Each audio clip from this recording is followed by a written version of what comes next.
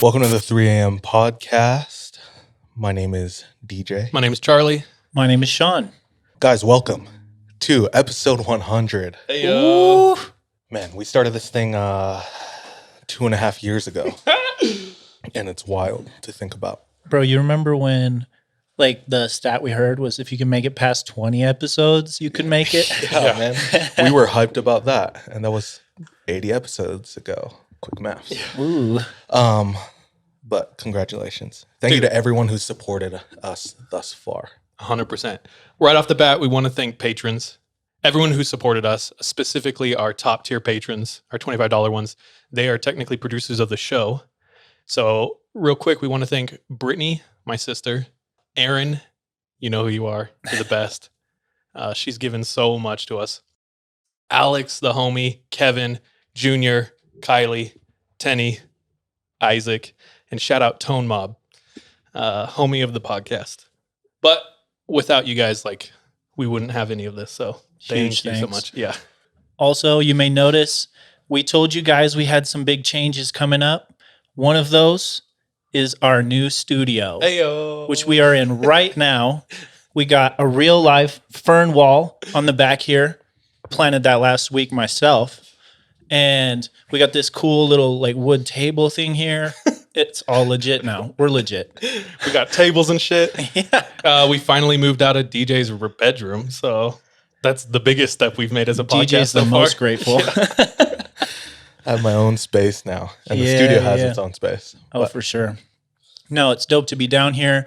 Also, we have a couple of visitors. So first off, I want to shout out our interns, Miranda and Kalima, and a couple of visitors back here. We got Aiden, Charles' brother, Willow, and Mal are also shout out Aiden. All there. So what up? Thanks, you guys. If you're watching, you probably already follow us. But if you don't follow us, check us out on Patreon if you want to support us. .com/the 3 a.m. pod. We also have our Discord, which is new. Sorry, I think my mic is falling. I might have to fix that. Our Discord is available to everyone. Thing that we're excited for is our emotes. We just created a bunch of custom emotes for Discord. We're hoping it'll transfer over to YouTube soon. We're thinking about Twitch in the future. This mic is definitely falling. Should we fix real quick? Yeah, we'll fix it while you bring up the new emotes. So I'll take you through the new emotes. And these are things we're hoping you guys can spam in chat someday. Right now, they're just on Discord, but we're going to migrate them over when we can. First off, beautiful. What do we have? A swollen ass ankle. A beautiful brown sugar ankle right there, belonging to none other than our Hawaiian Prince DJ. Awesome. Is that actually when you broke that shit, when the bone came out? No, this one's separate. It's like when you woke up one morning and it was broken. The next one, a staple of all Hawaiian homes and food preparation around the world, Spam and DJ, your boy. There we go. What's that one called? Oh, Spam. Rightfully so. Next one. Oh, what a gorgeous boy. Who's this? That's Kevin. Guys, every time you hear those angelic tones of laughter on the recording, picture that. That's Kevin. And we called this one, what is that? Silly Goose. So appropriate. Your boy's got to make an appearance, Shaitan, in all of our hearts and minds. Just kidding. The Shaitan emote next. This is an actual photo of Sean on his mission carrying a lamb around his shoulders like Jesus Christ. Before I grew a beard and went to the dark side. Yeah, so Sean of Nazareth right there. Next, another broken ankle. So always good. I couldn't figure out which one was better. This is a broke boy's favorite. Go to the next one. Onion grass. Bro, I can taste it in my mouth already right now. Next, the non-believer. So if you hear some shit, you're like, nah. Spam Sean's face. Next one, I don't know what this is, but it's just DJ dressed up as one of the twins from The Shining. Always good to have. And the last one, Blurst. So if you see some cursed shit, there you go. Spam that. That's that. So purposeless, dude. Why do we have it? Because we can. Because we can. Because it's episode 100. Yeah. Yeah, we already had some people I saw join Discord, so Sick. thank you. Anything to foster more of a community. Real Dude, quick. We're so stoked everyone's here. Hopefully we have a good time tonight. Interact with us as much as you want in chat. Kalima's going to be watching. So is Miranda. So, yeah. Thanks for being here. Yeah. It's been a journey, bro. Speaking of journey, I know most of you know this, but there might be some of you who don't. We started in a basement with one mic that was placed on this stool. And we'd wanted to start a podcast for so long, and we just didn't know what to do. The original idea was, let's do shit we don't want our moms to know. And we would call it, Please Don't Tell My Mom. So just all the hooligan stories of us growing up, and we'd ask all of our friends their hooligan stories. And we're like, all right, let's do it. Your boy and your other boy, we're kind of perfectionists. So we thought about doing it for like 4 or 5 years. Yeah, so we just thought about it for a really long time. Then finally we were like, all right, no matter what, on this day, let's meet in my tiny ass basement apartment where on I our wanted to camp die, chairs. on creaky ass camp chairs, and let's just record it. And who cares? Let's just put it out there and see what's up. And yeah, we did that. And from there, we're sitting here at 100 episodes later, dude. So it's truly been a journey. And yeah, we've had a lot of friends and family. Like, if it weren't for everyone supporting us, we would not have kept going so much. So shout out my family specifically, all my siblings, my parents, you're the real ones, all of their families, and a couple of straight up day oneers who like privately hit us up all the time to encourage us. So thank you so much. Gang. Sean, you finished something today. Hell yeah, brother. So I threw this up on our Instagram today as I did our episode drop announcement. From the top of Mount Baldy, I was running a race. It's the Cirque Mountain Series. And the race I did, I posted a pic, if you want to throw that up for our listeners to check that out, of the course I was on. Oh, whoa, look at that background. So I started here at the bottom and then wanted to kill myself for about 3.5 miles till I got to the top. And that's where I announced the episode drop. And then ran all the way, rest of the way down. So at this point, I can't move. Yeah. I'm hella sore right now, bro. Dude, we showed up to the studio to like set everything up, and Sean is laying like a dead body on the floor, and all of us like moved around him while we set things up. And he's like, guys, I seriously can't. And then he went upstairs and like laid down. He's like, dude, I don't know if I can do this. Bro, how many races have you run so far? Let's see. So this is my first Cirque Mountain Series. I'm also doing another one in September. It's up in Wyoming. But I have run 4 different Spartan races, all at their different like lengths, from 3 miles, 9 miles to 14 miles.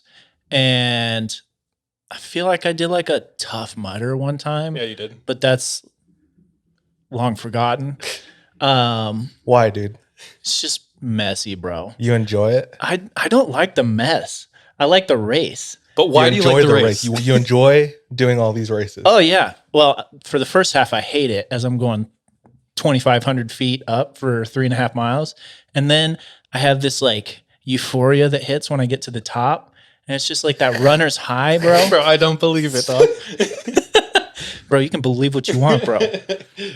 But dude, I actually love it. I love doing it. And I feel like just like today, I was like looking around at all the other people who were out there like ready to do the race. And I'm like, man, dude, I'm the most out of shape person here. Everyone was just super in shape, like trail runners. That's a different kind of like physical, like. That's funny because when we're hiking, you were like ahead of every one of us. Sean gasses us so hard when we hike. Dude, So I I was know the getting feeling. gas today. Yeah. I haven't seen the results, but I did the whole course, which was like a little over 7 miles, and then up a mountain. I did it in about a little over 2 hours. But I just saw the person who placed first in that race. It was 56 minutes. And I'm like, The whole thing? the whole thing. How long did it take you? 2 hours, 12 minutes. Oh, bitch. He was running more than Damn, you twice as suck fast, ass, bro. Would you consider marathons or ultra marathons when you think of what's his name? bald David dude, Goggins? David Goggins. Is that like? Is he a sadist? What's the word? Oh yeah, Masochist. Yeah. sadomasochist. What's the right word? Just where you enjoy putting himself pain. through the pain. Yeah. Okay, I kind of Relate to that, dude, because why else would you want to run one of these races? Yeah. I actually do at some point want to run a marathon and try an ultra. So that's in the future as well. That's wild. Did y'all know marathon runners doo-doo and pee-pee themselves? Yeah. Do you know that's like a regular thing? Yeah, and they have like crazy like chapped nipples. Oh yeah, they have to tape bro, them. you put on that body glide and tape, bro, you're not getting no chaps, bro. I had a cousin who like ran a marathon, several or something. And when I was little, she said, yeah, you just, as you run, you just let it run. And I was mortified. Like, that's the foulest thing I've ever heard.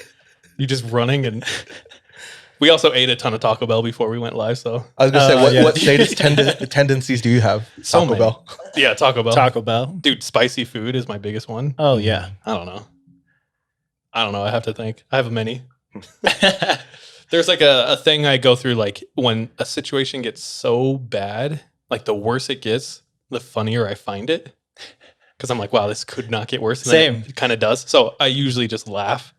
And my wife thinks that's a really fun situation. Like when we have really hard times, I just laugh because it's hilarious to me. Bro, I was doing the same thing like a few weeks ago when we were on the Lost Coast, and I'm pretty sure everyone was pissed at me because I was like out running in the rain, like with my shirt off, laughing, and everyone's in their tents, and I'm sure that they just were upset. They're like, we're stuck with this psycho. Bro, you are constantly laughing at the weirdest times. Okay, Sean has so that. what if I laughed during You the know middle that. of I'm not the Hereditary? only one. The one I'm thinking of is Kevin in Hereditary. Bro, I laughed too. Oh my- that In one movies spot, I where was it's like the part you're not supposed to laugh, you can always count on Sean and Kevin Spoiler laughing. alert. In Hereditary, a character is in the back of a car and sticks their head out of a car. And then smack, their head runs into a light pole and they get beheaded. And it's like out of nowhere when you're watching. It's so jarring. So that happens in the movie theater and everyone's like, and Kevin goes, ha! And like screams and everyone looks over at him. And then when Kevin starts laughing, he literally can't stop. So it just like fueled and itself. everyone's watching him too, so that fueled him too. Dude, it's like when people were watching The Joker and there's like the mass shooter. Dude, it's not a good feeling. I remember, when we watched The Joker, and like if you haven't seen The Joker, there's very dark things that happen at the end, and people were laughing. Like it was so uncomfortable in the theater, and I was like, this is not the right reaction. I swear there was someone here who went to go see The Joker and like, oh, it was me. I swear there's someone here, dude. I'm that guy. It's me. I saw The Joker. And somebody was laughing maniacally at like random parts. And I looked at my girlfriend. Red flag, bro. I looked back at the person back and forth, and I'm like, do we stay? Do we go a little bit closer is to the this exit? $5 All the Tuesday movie? exits where they are. Really worth? We made it. But Barely. dude, it made it like a 4D experience. Sean, are races getting harder for you? This one was definitely one of the hardest ones I've done. What do you mean Tied getting with- harder? Well, I'm Like not the gonna types lie. of races he's getting? No, I'm saying like I feel Just like level of difficulty. Old. old. Like my little brother's visiting in town and I've been trying to like plan all these fun activities, and bro, I'm like, yeah, man, like let's go hike. And then he leaves the room and I'm like, oh gosh, I'm so tired. I'm like, hey, I need to go work on work real quick. And I go to my room and nap for like 20 minutes. But dude, I'm starting to feel the effects of getting older, which Like is what? Is weird. it just the napping or joints? what? The first thing I've noticed is noises I make. So like Just like grunts. like getting out of my couch, I'm like, it's hard, bro. I used to be a spry young thing. Actually, okay, this is really embarrassing. Whatever. I may or may not have. I can't believe I brought this up on live. I may or may not have photos of myself without shirt. Wow, dude. Embarrassing, bro. No, like when I was fit and I was looking at it and I was like, dude, I have fallen so far. Like this is unreal. I'm like not the same person. But anyway, those are me Humbling, huh? getting older. How about you guys? Dude. Real quick, we're being alerted. Yeah, we got some good stuff in the chat. Oh, snap. let's hear from chat real quick. So, Mommy Buttercup, back to when you guys were talking about laughing. She says, laughing is the best way to get through stuff. My parents laughed when my dad got his cancer diagnosis. I mean, well, it is true. There he goes. What was that name? Mommy Buttercup. Oh, damn. With a name like that. Yeah, you can say whatever you want. Yeah. We got some Kevin comments. Kevin's laugh boosts my serotonin. Where's Kevin? People want to know. Bro, dude. Actually, Kevin, unfortunately, is at a friend's funeral, so he couldn't make it tonight. yeah.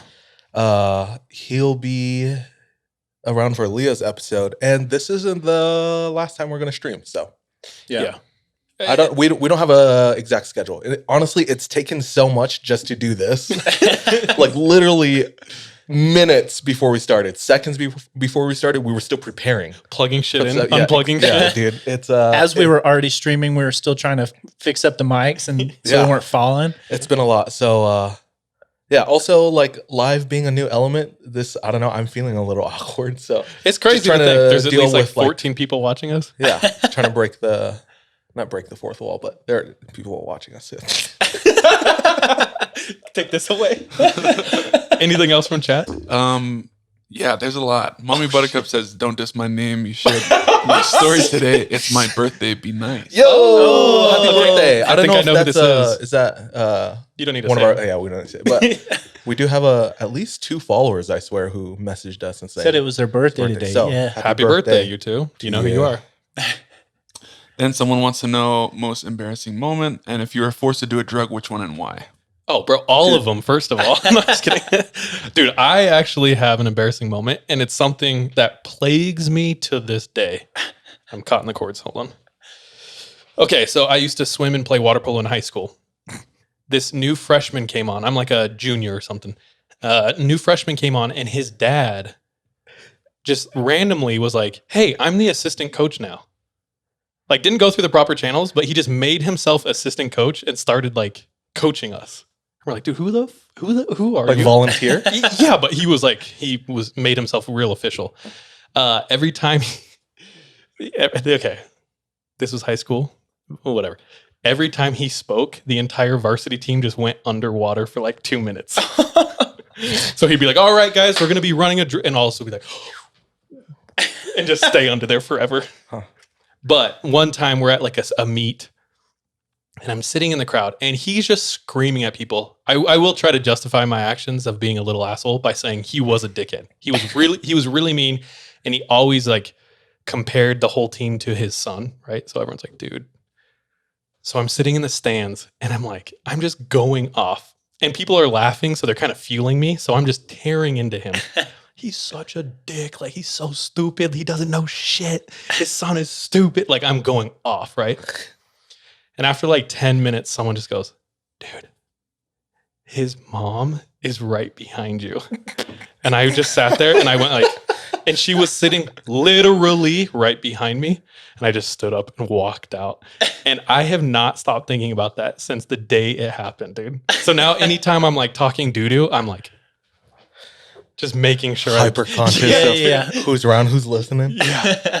But I don't know. That's been on my mind a lot lately. So funny that question came up. I kind of feel good about, being able to vent a little. Thank you, whoever that was. Any embarrassing things with you guys? Elementary school. The whole The experience. entirety The of whole it. thing? No, when I had a mad lisp growing up. Up until the 6th grade.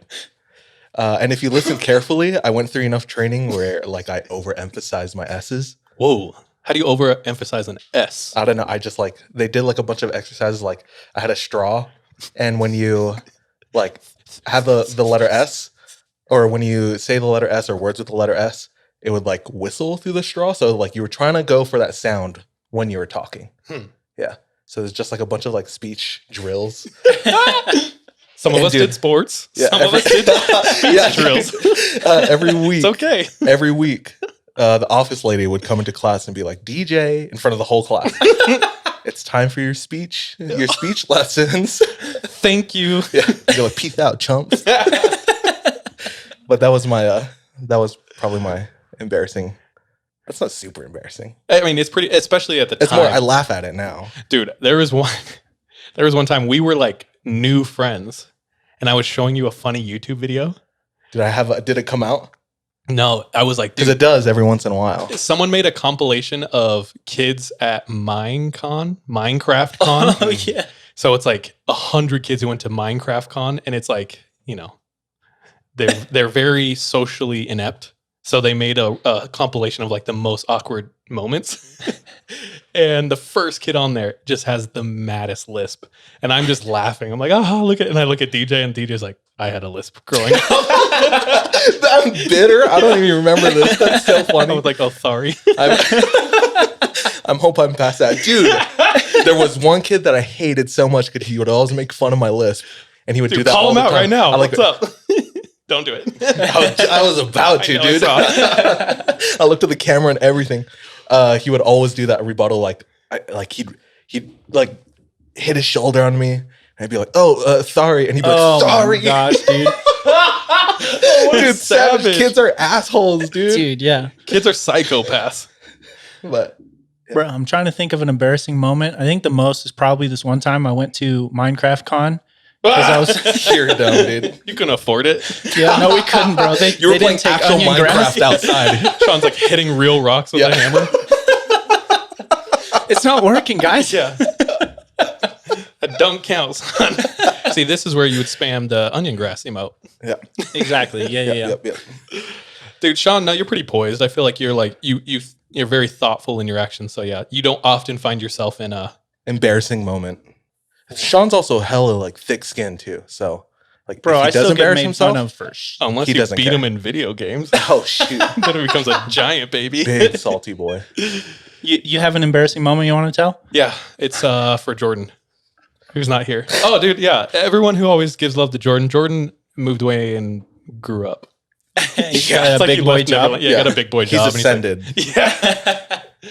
But Jordan hates scary movies. Hates them. And Sean and I, we went through like a 4-year period where we saw like 2 scary movies a week in the theaters. Any that came out, we went and saw it. Any movie theater or any movie that came out, we were there at the movie theater, and we made Jordan come with us. So Jordan was like experiencing all this trauma. He was like not sleeping. He's like, holy shit, dude, I got to figure something out. So he devised a plan. He's like, okay, the movie will start and I'll be like, oh, I need to go get popcorn. So he would walk around the movie theater for like an hour and a half during movies, go to the bathroom, play some of the arcade games. He spent money to do that. Yeah, I know. Talk about FOMO, bro. That's so funny. But so this one time we're seeing Sinister. Oh, yeah. And Sinister is about Bagul, who like makes kids kill their families. That sounds close. Pretty heavy. And Jordan, in the beginning of it, he's like, okay, I'm gonna go get popcorn. So he leaves. 20 minutes later, on the screen is the scariest scene of the entire movie. And it's a point POV camera Of a lawnmower. filming of a kid pushing a lawnmower on the lawn. As that's happening, Jordan walks in, huge bowl of popcorn. And he's down and he's in front of the entire place, because we always sit him back to make sure no one can kill us during movies. Exactly. So he's in front of the entire auditorium, and all of a sudden the lawnmower, you see for a flash of a second the family's face, and the kid runs over the face with the lawnmower, and it's like this loud noise, and it freaks out, and Jordan goes, ah! and chucked Throws Popcorn everywhere. 10 feet in the air. It rains down, and the entire auditorium like laughed at him. But yeah, it was That's funny. You had to be there. What drugs would you do though? Oh shit! Have you ever tried DMT? If I was Joe Rogan, what's the mukbang question? podcast. If you're forced to take drugs, which one would you do? Is that what it was? I think that's what it was. Dude, I'm taking meth off the table. Oh, okay. I was going to say. Heroin off the table. I can't deal with that right now. My life is too stressful. I would probably do DMT. How about you two? Cocaine, dude. Okay. That's the status drug. If there was like zero side effects, drug. the what? The status It drug. is. It's like Narcos. Like all the money is in it. Getting shit done. Yeah, exactly. I feel like I'd want to just explore the universe on like some shrooms. Maybe take some shrooms. That's what I would do. Yeah. Do not do drugs. We're not condoning. Yeah, any we're of not this. This is condoning. hypothetical in a video game we played once. Don't do drugs. Stay in school. How's chat doing? They're good. Bro, you got torn up about your lisp. Let's hear it. Yeah. We got Who the There's DJ, no S in Yeah, I was like, who the fuck? So, DJ Pathicala, your tongue. Scary Thor. oh my god! The Scary Story podcast. 3 a.m. Oh my gosh, it's everywhere. I'm so sorry. These are all low-hanging fruit. I've heard all of these. Is that it? Yeah, that's it. That's it. Okay. Bro, talk about embarrassing. I prayed for a growth spurt for 2.5 years straight. Almost every day. I tried not to miss a day. I was like, God, I'm doing my best. I'm keeping these commandments. It's time to see a little blessings. I just want to hit 6 feet. And I prayed for that for like 2 years. Almost every day. I probably missed like 2 days. That's probably why it didn't happen. Bro. But that was only like 2 years ago. So So you've been doing it for 2 years. yeah, I'm currently doing it. People are also asking where Lucy is. Oh, dude, Lucy has a better life than most of our listeners, probably. Most dogs. Yeah, I'm saying listeners. She's traveling right now with my wife. They're in Portland, and they're just doing activity after activity every day, all day. But Lucy is healthy and happy. She survived. She's actually an amazing dog now. She's finally calming down. No period. Oh my gosh, she finished her womanhood, and she's amazing. I love her. Huh. Yeah. Dope. Anything else? They want height checks. Height First checks. of all, rude. I'm 6'7". What are you? 6'7", now me. Stand up, bro. Oh, hold on. Do they really want Do they want it? Yeah, who said that? Someone said, "Do you hit 6 feet?" And then someone else Oh, said, no. height I checks. do lying down, but Oh, gosh. This is OnlyFans. We just do whatever they want us to do. Yeah, let's see some donos and I'll Yeah. show you some feet. Everybody, $50 put your dono and feet I'll- up, boy. Yeah. Cool. Before we move on, from all of the listeners who are here, any questions for us?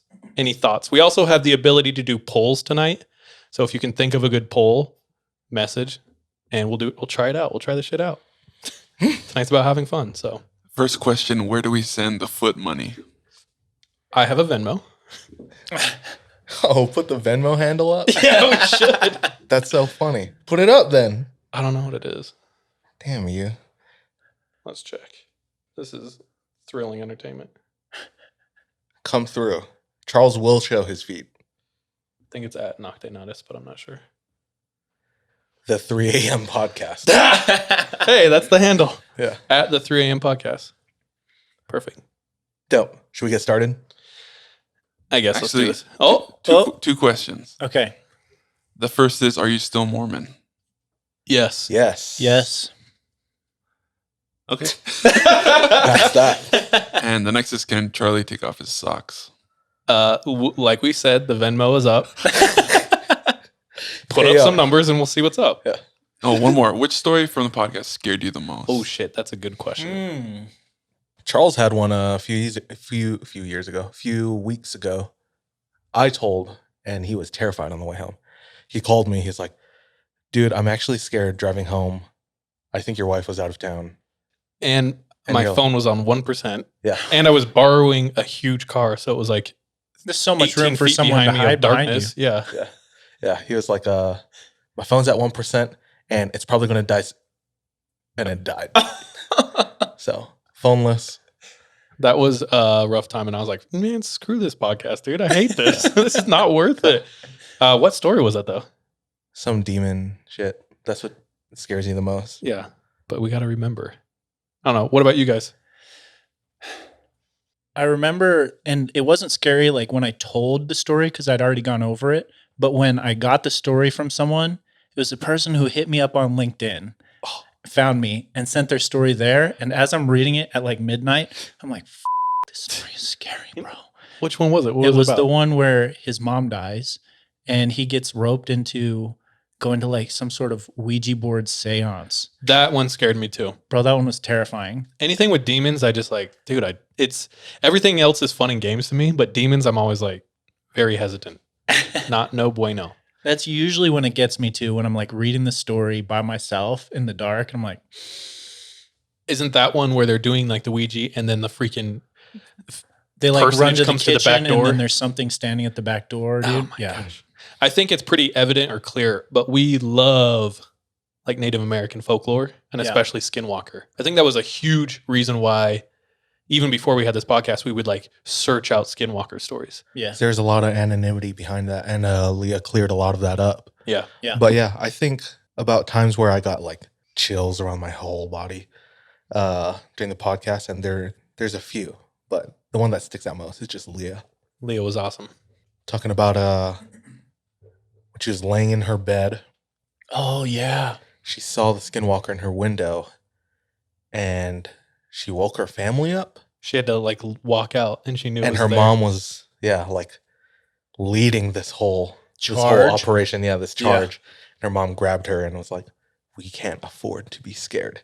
So the chills were like part like I don't know, just inspiration, empowerment, motivation. but like, dude, also terrifying to like run outside with one of those. But Yeah. Good question. That is a great question. Is that it? No, there's a bunch. Oh, Woo. dude, keep it going. Let's Yeah. go this as long as we Let's want. take a couple more. Okay, one is what type of stories freak you out the most, or what's the scariest genre? Me is demons, 100%. I don't know. Depends on my mood. It's a lame answer, I know. Well, for me, like this is one that scared me most was that demon story. But I think in general as a genre, probably like people like out in the woods, because I can relate. I can see that happening. Especially, we To- go out to in the me, woods a yeah, ton of times. So, yeah. Anything, or what do you like the most then? Give them something. I feel like you were torn, or DJ seems to really, really enjoy like mimic stories. Sure. Missing 411. Those It's ones are probably I've creepy. probably spent the most time reading about Missing 411 than anything else. So Sick. that's a favorite. What else we got? Heather says, if you had to pick a favorite out of each other, who would you pick?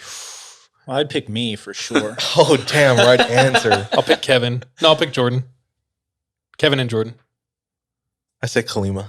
Hey, Thank you. I'm the only narcissist here, I guess. So no one picked you. This is a good one. Are you guys ever going to do a live recording from a haunted place? Dude, We talked about this actually. We talk Um, about it. Oh, I think it was yesterday. I was talking to you as we were like going past like an amphitheater somewhere, and we kind of talked about doing a recording there, but also branching out to like other scary haunted places. That would be so sick. So we're thinking about it. It's in the works. yeah. Isn't that Yes, we're talking we'll about do it. one before the end of the year. Ooh, Okay, you Okay. just found us. before the end of the year. We really want to take it a step further and separate us. So they're streaming backpacks, if you've ever seen that, or if you're on Twitch or anything like that. You it's like fully mobile streaming capable. It's a backpack, has internet, has a camera, and like a speaker where like people can pay to have like their comments read out loud, Yeah. so they can walk around and hear the comments and speak to the camera. So we've thought about that's way in the future. But like ultimate 3 a.m. would be us three each having a backpack, exploring a haunted place Frick, dude. at the same time, or just like hanging out in a haunted place and doing an episode, all three of us together. Bro, I already done that basically. When I went out to the pink house. Oh. You remember that? I do. Classic. Yeah, we were doing an elaborate plan to trick Jordan and scare him. So we told him Sean had to go to his grandpa's funeral. First of all, sketchy that we're using the death of a family member as like our alibi. See, the problem was, it yeah. worked. It worked because it was actually happening. Like But that, you just couldn't make it. I couldn't make it. So I was like, I have to go, and left earlier that day, just hung out around town, and then headed out. And there's this famous scary house in South Provo called the Pink House. Yeah. I think it's gone now, actually. Yeah, it got demolished, but it's way out in the middle of this field. You have to run across like 6 fields, and they're privately owned. And one part has a bunch of horses. And they're one was scary pissed ass off at us. horses. Yeah, bro. They were like rearing up and kicking at us. And Sean went out there like an hour early and had to sit in this haunted house in the darkness and just wait for us to come there. And then, we terrorized Jordan. It was a really good, Fun memory. fun memory. Real quick, I want to ask everyone in chat if you're comfortable. What state or what country are you in? I just want to know where like everyone's from. Yeah. Because this is the first time we're like, it's us as a group of friends. We do this every week, but it's fun to bring chat in and just kind of like feel who's there. Someone from chat just asked that question. Where's everyone from? Where's everyone watching from? Yeah. Dope. Sick. Cool. We got Washington State. Did you guys have something? Yeah, check your Venmo. I've been told. Oh, you about ready to show your feet, bro? It better be. Oh, fuck me. Is that worth? Dude, it's a good amount. So I have to legit show my feet? Is that how this shit works? I think that's how it works. It's my first time being a hoe. I don't know how this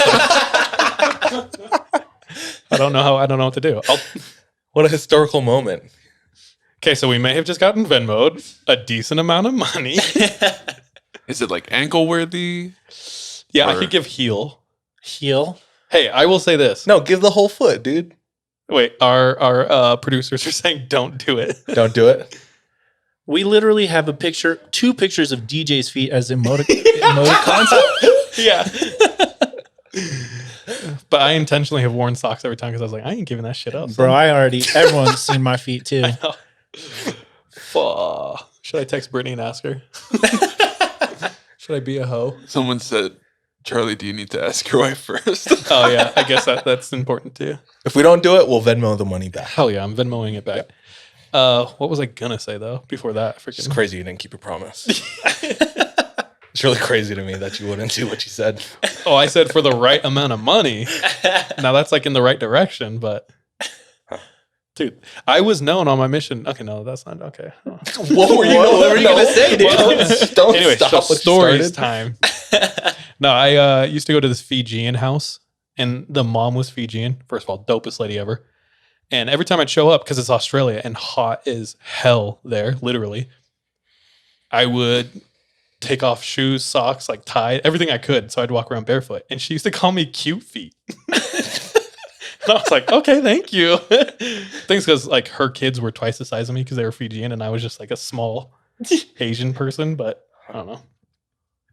May have been sexually harassed. All right. What's the next subject? Anything else from chat before we move on? I'll just read a list of where everyone's saying. Oh, cool. So we got NYC, Kingsburg, California, Central Valley, California, Milwaukee, Wisconsin, Manila, Philippines, Hell. Oh, Filipino. How do you say? Kamusta ka? Mabuhay. Yeah. Whoa, dude. Oh, Whoa, Sorry, bro. don't say that. Don't say that. San Diego, Saratoga Springs, Alabama, Hell, Damn, that's a rough place. Texas. Yeah, we got someone from everywhere. Sick. Cool, man. Dope. We're excited to have everyone here. Yeah. Means a lot to us.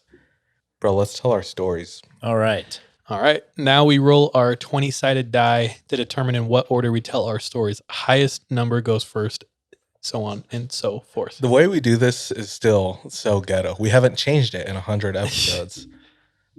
One day we'll have like an action cam over so you guys can see the roll a lot better. I got a 10. Charles got a 9. Deej hit a 1. There needs to be a punishment. If you have a good idea for a punishment, put it in chat. I'll sprain my ankle right now.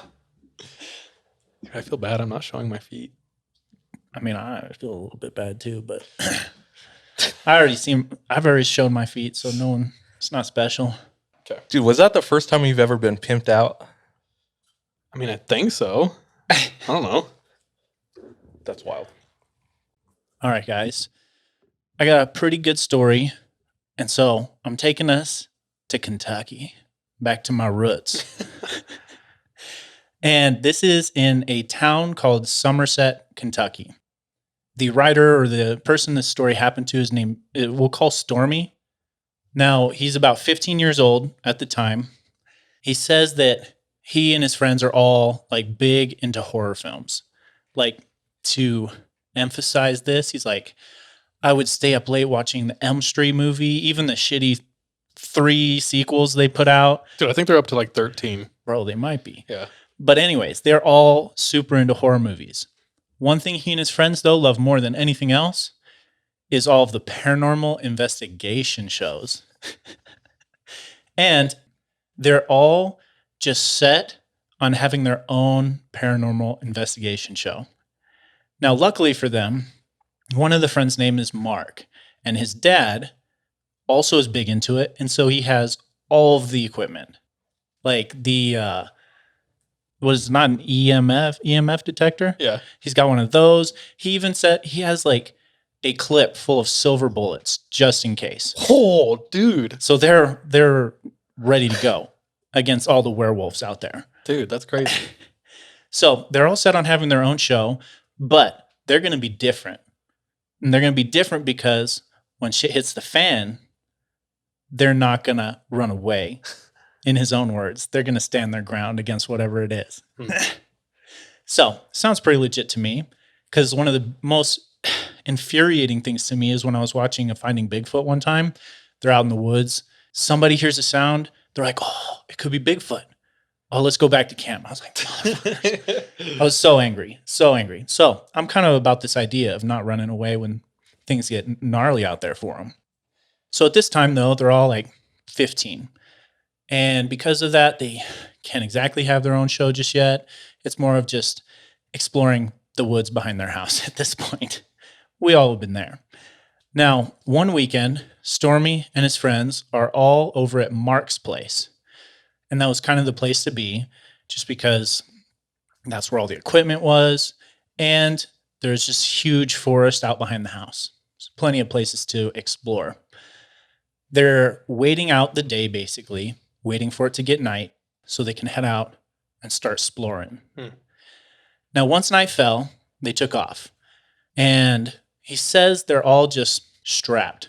Like, he's got a .22 pistol, friends got rifles, they're all heading out. And he says, okay, so it's Somerset, Kentucky. Bro, if I ran into a ton of Kentucky teenagers with armed to the tits, dude, that would be the scariest thing in the world. He says it's not unusual. Oh, okay.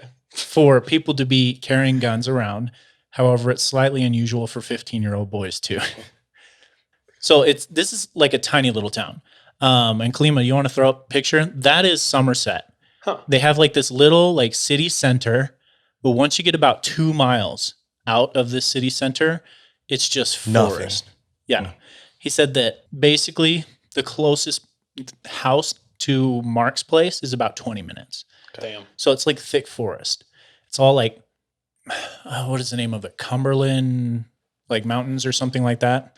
But basically, they're out in the middle of nowhere. This is one of the places around Somerset, Kentucky, which looks dope to me, but like the thick forest. Okay. Just to give you an idea. So as soon as they get back into the woods, he says immediately they kind of have this like feeling of unease. Like there was still animal and bug noises and stuff like that, but it just seemed off. Not too off, though, to where they can't keep exploring. So they continued into the woods for about 15, 20 minutes, and they come across this bridge. And it's just this old, rickety wooden bridge that goes across this gulch that is like 15 feet straight down, basically. And then the bridge kind of goes for about 50, 60 feet until it kind of goes around like another hill. At least that's how far they can see it goes. So at this point, they're like, let's just chill here. Let's take a little break. And that break turns into setting up a campfire and just chilling there. Now, Stormy said that all of the homies are just sitting around the fire talking. And so he decides to go on watch. And he heads out to this perimeter that they've kind of set around their campfire, because they're prepared. He heads out to the perimeter and he's just walking around, shining his flashlight off into the woods. And that's when he notices something. As he's walking, he hears the sound of the leaves crunching under his feet. And he said, normally that is not something that's weird. However, that was the only thing he could hear. As all of a sudden, there's no sounds coming out of the woods. No bugs. He's even like muted off from his friends. Like it sounds like they're a long ways away, and he's just at this perimeter they set up. But the woods are dead silent. So at this point, he draws his .22 pistol, preppered to fight whatever it is. And he continues shining his flashlight off into the woods, and he shines it close to this gulch, which is about 15 feet down. And he said you could go down into it, but it would be a pain in the ass to get back out of. So basically, we're trying to avoid that at all costs. He shines his flashlight over to the gulch, though, and that's when he sees it. He couldn't quite make it out at first, but as his eyes continued to adjust, he sees what looked like a man peeking up over the edge of the gulch. And this man had pale white skin that almost reflected his flashlight beam back at him. And the man had black eyes that seemed to absorb the light, and that's all he could see was just these black eyes. He stared at him for a minute, and Stormy says that at this point he was almost frozen. Like, he didn't know what to do. He's just like shining it on whatever this thing is, not sure what his next move is. All of a sudden, the figure disappears, goes back down into the gulch, disappearing from sight. As soon as the figure's gone, it seems like he's able to move again, like almost like he was in some sort of trance or something from this figure. And he tries to like whisper loudly to his friends, like, guys. And no one is responding. So he goes a little louder. He's like, hey, guys. And finally, they all of a sudden turn around, just kind of like a little freaked out by a sudden noise coming out of the woods, which is him. They all turn around and he's like, there's something down there in the gulch, as he's like pointing over to him. All of his friends immediately get up, whipping out their rifles and pistols, come over to like where he's standing. And as they all get over to like where Stormy's at, they're looking at this gulch, scanning the area with their weapons and flashlights, trying to figure out what it is that Stormy saw, when all of a sudden the thing reappears. This time about 10 feet closer than it was before. And this time came up the gulch, just like kind of like standing straight up, almost as if it had just crouched down before and then just pops back up. He said this time it was also a little bit further up than it was the time before as well. And once again, it was like they were frozen with fear. They didn't know what they were going to do, and they're kind of just frozen there, not sure what's going on. And then seconds later, it pops up again 10 feet closer, up this gulch closer to him. And somebody is like, it's coming closer. And somebody's like, run! And so they all start running for their lives. Those nerds, dude. I knew they wouldn't hold out. So as they start running, they're running like wild men, basically running for what they think is their lives. And Stormy said he found himself near the front of the pack as they're all running for their lives. And he could hear his two of his friends that were behind him yelling, but he couldn't tell what they were saying. And he's like, sorry, I got to get back to the house. First things first, myself. They all finally make it back to Mark's house as they ran for their lives, and their lungs are burning, and they all make it back. Once they get in the house, all of them stand at a separate window or door with their guns trained on whatever entrance area there is, and they stayed there all night. After what seems like hours, the light starts to come up. The sun starts to come up. And at this point, they're kind of relaxed a little bit and exhausted, so they start falling asleep. Now, Stormy said he wasn't the last one to fall asleep, but he remembered being the last one to wake up. And all of them are sitting around in the living room just talking about what happened. And his two friends, they're running in the back, said that as they were running, they could hear what seemed like heavy footsteps coming up behind them.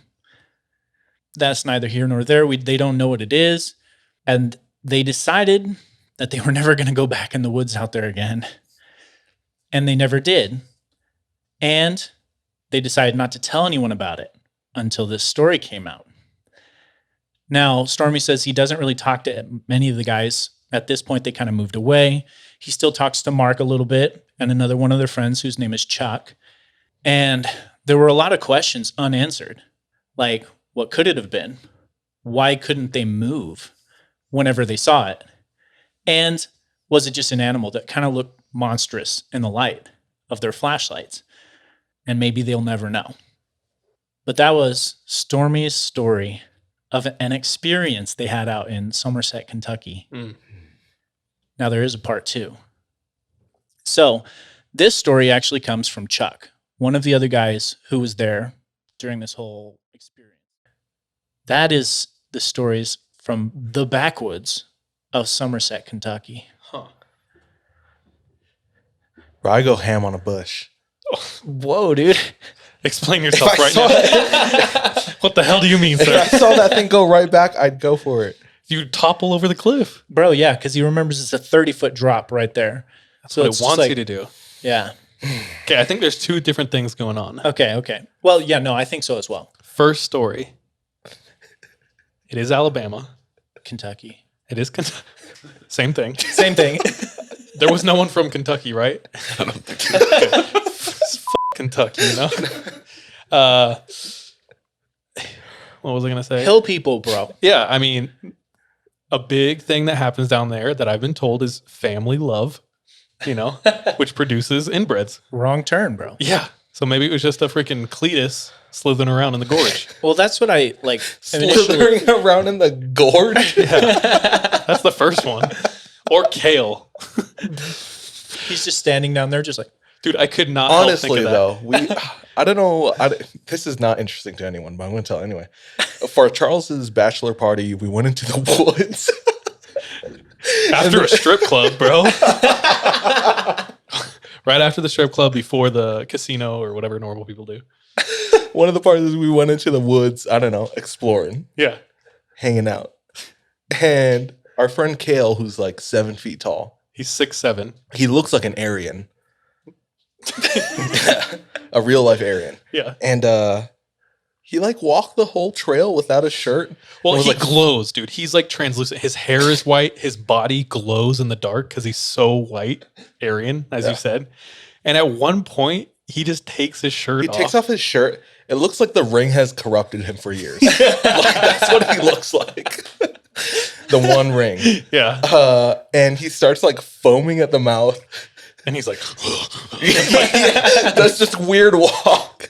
because there happened to be a high, dude, this sounds sketch as hell. There happened to be a high school party out in the middle of the forest that we stumbled upon. bro, that's crazy. I never went on this. And so Kale was This like, is so bad, dude. For your bachelor party. no, it was funny as hell. But now I literally can't hear like any weird translucent creature in the forest. I just think of Kale every time. Yeah, no, that makes That's sense. what I was thinking That the whole makes sense. time, to be honest. That first one, though, legitimately, that's what I thought of was hill people. Mhm. Like people hiding in them caves out in the woods in Cumberland Mountains or whatever they're called, or that's what it seems like. However, the second story. Dude, I think it's one of the previous victims. Oh shit. The body dude. of a previous victim. That's why it's all bruised, because he fell for it, went over, and died. And it may have just looked like Mark. Yeah. Oh, yeah. And it was like had mimic powers, I'm sure. Well, and But the bruises, I think maybe it's because Mark just looked basic, dude. And it was like Yeah. it looked everyone like looks like Mark. But yeah, That's a what great I think. assumption. Like a siren or some shit. yeah. That I mean, those are both valid. I think Yeah. the sirens of the pond Yeah. down below 30 feet. Creepy though, bro. Like besides paranormal, there's a lot of reasons I don't want to go to the South. And here's 2 more. So thank you for those stories. Yep. No. Shout out to Stormy and Chuck. Yay, Stormy and Chuck, hilarious. Dude, you're right. I think mimic stories are at least one of the most intriguing to me. I don't know what I'd do if I saw myself. Dude. Have you ever heard? It's like if you see a demon, pray, or I don't know. If you see a Lay. yeah. If you see yourself, I don't know Lay. what you do. Have you heard of the ultimate taboo? Oh yeah, dude. Okay, sorry, listeners. The ultimate taboo is if you ever come in contact with yourself, let's say your future self is able to travel back in time. The ultimate taboo is to sleep with yourself. So that's an option. Thank you, That's an Charles. If you ever run into yourself. Because how do you know? You know? I mean, I guess you don't unless you try it. Yeah. He's all like, "Come sleep with me." What were you going to say before I interrupted you? Oh, just like when we were out in the woods one time, somebody was like, "What's the scariest thing you could see like right now?" And I think that the consensus answer was like, what if we saw ourselves walking up to us? Or like one of us. Yeah. Oh, man. Because then we don't know, first of all, if one of us is legit. Yeah, I know. The Spider-Man dude. Like, who we're going to kill. Yeah. Creepy. That's why we got our password. True. Yeah, boy. Some of us can't remember the password. Oh, shit. So that's neither here nor there. Anyway. Dude, we used to legit, when we recorded, we'd check each other to make sure each other was each other with our password. Yeah, that stopped after like 4 times. Yeah, that took way too long, bro. So thank you, Chuck. Thank you, Stormy. Yep, that's me for tonight, guys. It's you. Anything from Lay Chat? Sarah Branwin says, you don't have to be faster than the monster. You got to be faster than your friends. Exactly. True. That's why he found himself at the front. Bye, guys. Yeah, I was going to say, so who here? Well, I just literally went running for fun, so I'm ready. And then people want to know who your favorite sibling is, Charlie. Easily Aiden. I hate every single other one. There you go. Yeah. Easily. No, I'm just kidding. Cool. Is that good? Yeah. And there's a request for Kale on the pod. Oh, dude, we want to get him on. The issue we've with tried to. Kale. He refuses to leave his little bubble of Moses like Washington and swears by everything there. Yeah. He'd And be a good- also, he's like the funniest person I know, but he's also one of the most inappropriate people I know. And some people might find that hard to deal with. So, He'd be a great ep, Yeah. maybe. Maybe, yeah. Yeah. except, anyway. It would be entertaining. One day, we'll see. All right, guys. 100th episode.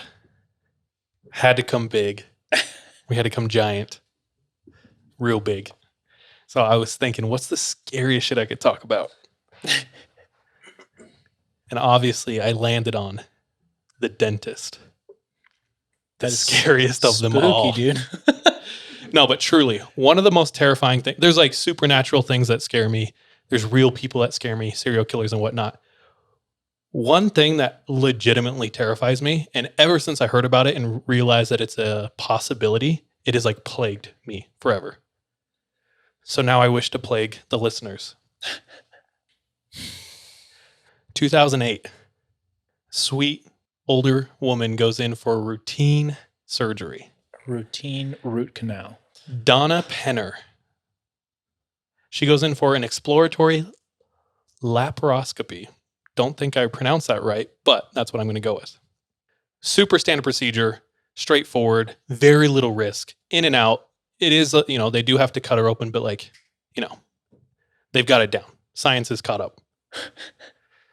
So she's prepped, she's ready, she's lying on the surgical table, and they start to administer the anesthesia. They say, okay, count down from 100. So like many people, she goes, okay, 99, 98, 97. And she goes under. Cops. Open up. Yeah. You're going to jail. Surgeons, whoopsh, with their little gloves, Their and gloves. whatnot. Scalpel, and they start to do the procedure. The issue is, although Donna's body went under, her mind and her feeling of pain stayed awake the whole time. Something went wrong with the anesthesia, didn't take, and she laid there through the entire procedure, horrified, feeling horrific pain as they cut her body open, and the procedure calls to like move organs around. Oh, And she could feel the entire thing. But because she was paralyzed, she could not signal to them saying like, yo, stop, please stop. Like, please stop I'm still cutting awake. me open. so she endured the entire procedure and was able to tell them after they like brought her to. But this is speculation, but I just can't imagine going through something like that and being the same person on the other side. So when I heard that's possible, wasn't fun to think of that. That was just a little intro of like the weird things that can happen during surgery, during dentists, during doctor visits and whatnot. We have a friend who will remain anonymous. Don't try to guess because of what's it called? Confidentiality. But they are a dentist over on the West Coast. Oh, is that? Specifically the Pacific Northwest region. Several states could be. Don't try to guess.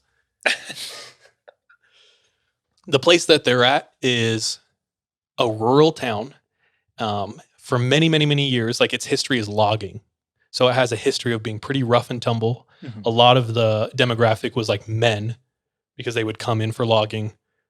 People go missing. It's kind of ghetto. Drugs are really, really prevalent. So I just they were telling me about the utter chaos of being a dentist sometimes that I had no idea. So I'm just going to go over some of their most interesting patients that they've had. They said very routinely it's common for people to come in and be completely like yacked out on something. And they do their best to administer whatever procedure they need. Sometimes they're doing an entire extraction where they're taking out like every tooth. They've I can't remember what it's called, but if your tooth is bad enough, they said they often see teeth. They're just a black, soft mess is like the tooth. And they have to go in and remove pieces of the bone and take out the entire tooth. This is going to get squeamish if you don't like hearing stuff like that. So this is very common. A lot of the times patients will have an extreme amount of anxiety before procedures. So something they do is they like give them anti-anxiety medication. But what can happen is either they have like adverse effects to that, or sometimes they mix in their own drugs with that and they come in and they're like out of their mind. So one time they had a guy who was on the table, and during the procedure, as they're taking teeth out, he starts freaking out and flailing. And he kept grabbing what was in the mouth and like throwing it away. And then, so they had to have like multiple dentists come in, multiple assistants come in and hold this guy down, freaking out, incoherent. They said like he was just like talking, speaking in tongues. I mean, that's crazy. how you sound when you have shit in your mouth, bro. It's like the dentist. They said he had taken something, he was on something, and he was out of his mind. And then after the procedure, they like could not get him to come to forever. He was just gone, another planet.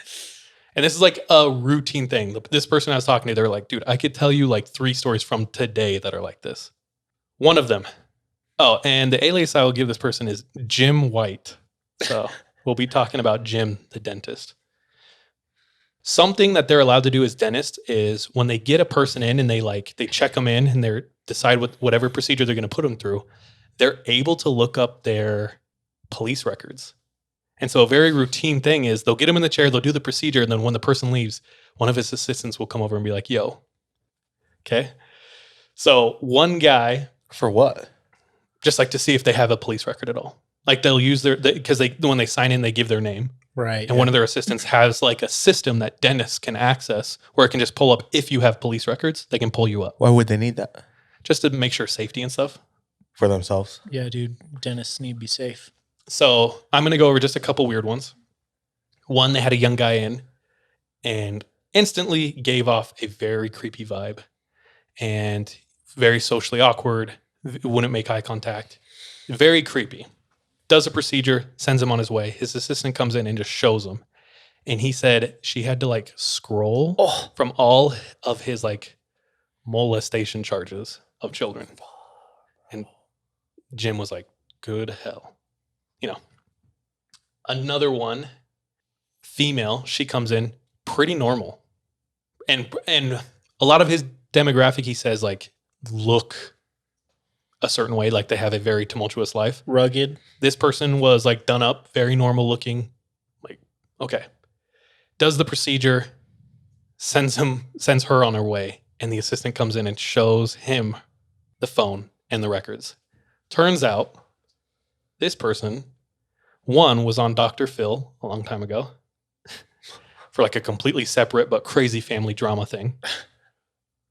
And then 2 was I can't remember what her charge was, but she had seduced and slept with her 13-year-old daughter's male friend, and she'd done this twice. Okay.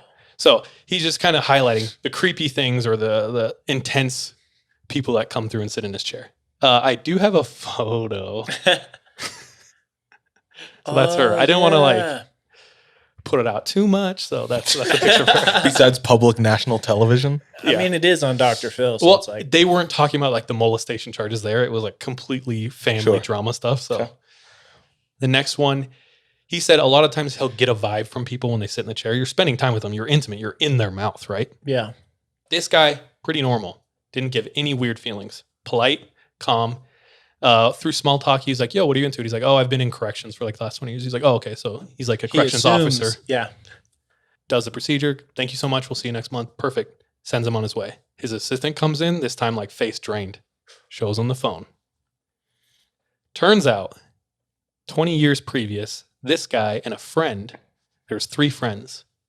2 of the friends decided one night they're going to rob and kill their 3rd friend.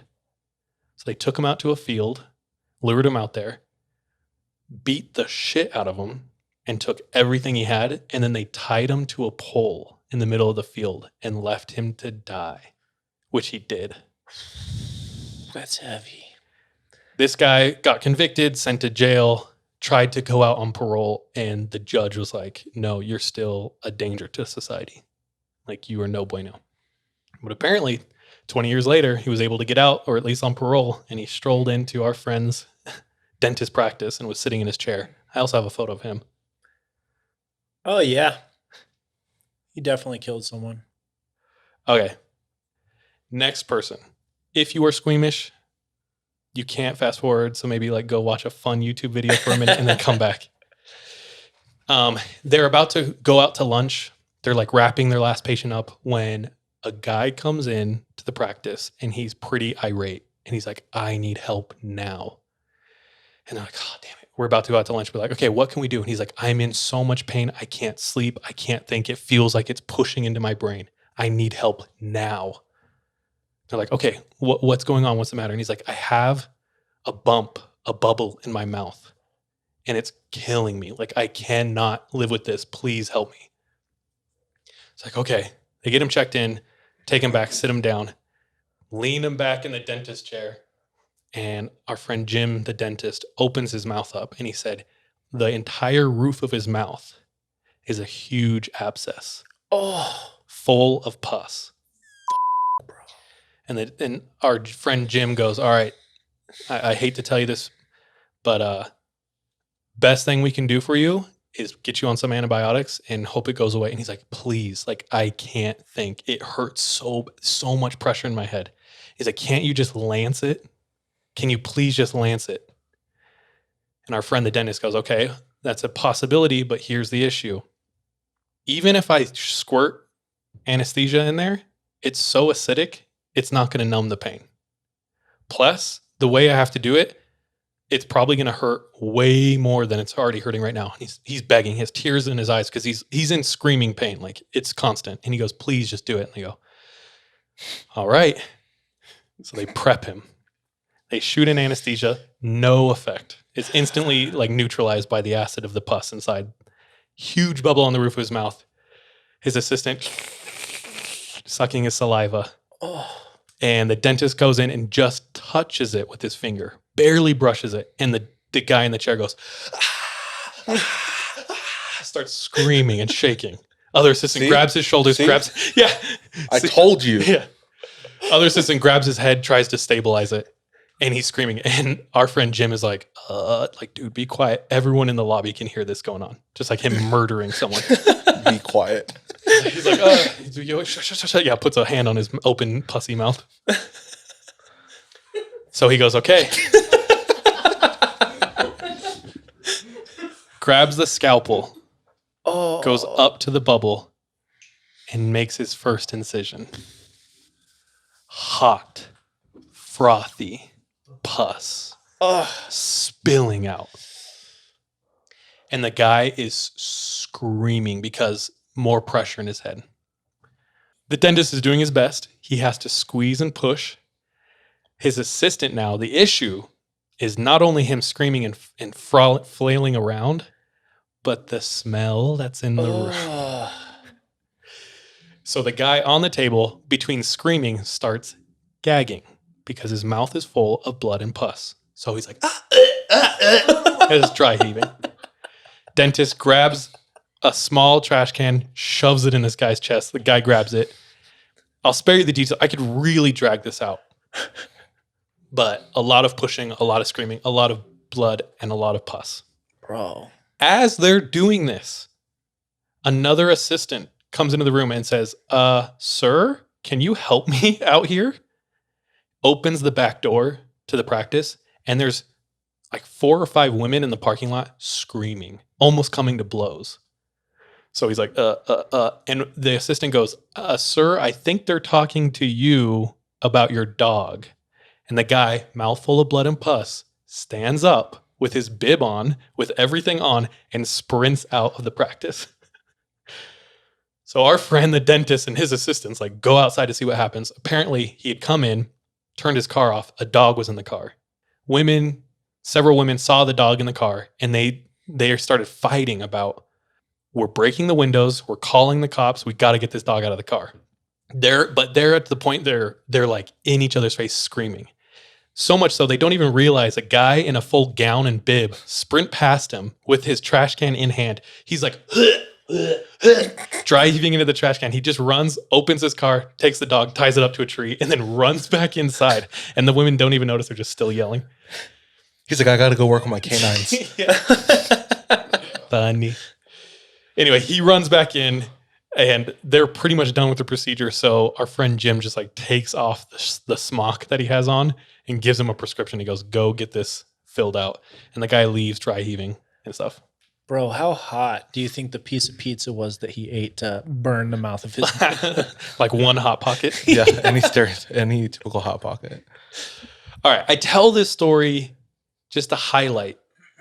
Jim wanted to emphasize, like, dentist offices, they seem like super boring places, but they can get so chaotic in a matter of seconds, right? Dude, there's like even more to that story, but this sets off a chain of events where they're all kind of like, dude, that was extra crazy. So they're all talking about it. And the story comes up in the office and they're like, well, have you heard so-and-so's story? And it's the guy who opened that practice in that small rural town. And he had an event that happened to him back in like the 80s or 90s when it was like a way smaller town and way more of like a shoestring budget out there. So this is that older dentist's story. This guy moved into this specific area because there was a need for dentistry. Like no one was there. And he specialized in like full extractions, removing all the teeth. There's some times in dentistry where like, if you're particularly good at something, they'll kind of funnel those cases to you. Like if Sean was really good at like taking out molars and stuff like that, anyone would come in and I saw him, I'd be like, all right, like you're going to see Dr. Gasaway, right? So this guy was known for doing full extractions. His partner had already met with a young lady, did a whole consultation and exam. They had gotten the x-rays and they decided they were going to have to remove most of her teeth. So full extraction. And so he was informed that you're going to have this patient on this Friday, let's say, and it should be pretty standard. The partner did say, it is kind of a particularly weird case. She's very nervous. She acts very erratic, and it's because of the anxiety. And her teeth, they have sustained a lot of damage very quickly.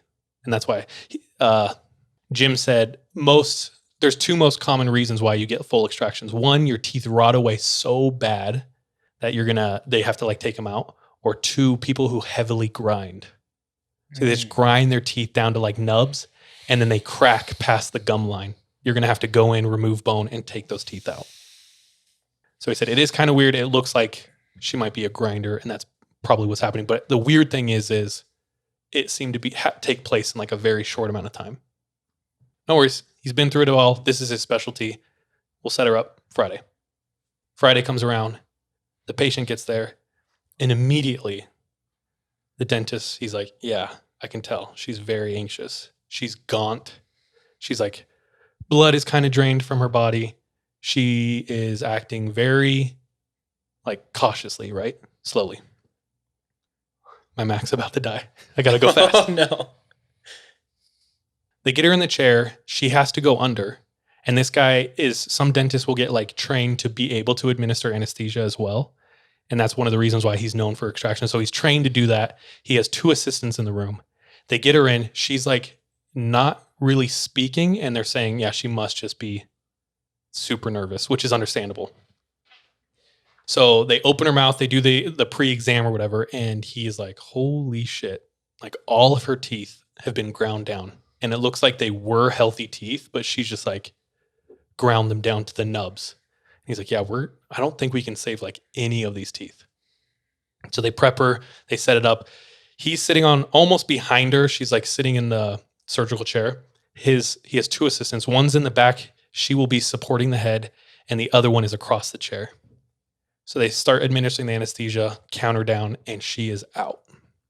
When people come to from anesthesia, they're super groggy. It takes them a long time to like get back to normal, right? So no worries. She's out, and he starts going to town doing his procedure. He said a lot of times when you're in like a patient's mouth, you're so focused on these like tiny little teeth in like the procedure, you zone in and almost everything gets blocked out. To the point where like sometimes his assistant will say something and it will like startle him because he just forgets everything. So he's in there, he's starting the extraction. He has a forceps in his hand and he's using that tool. I have no idea how it works. I'm not a dentist. And he hears the assistant across from him gasp.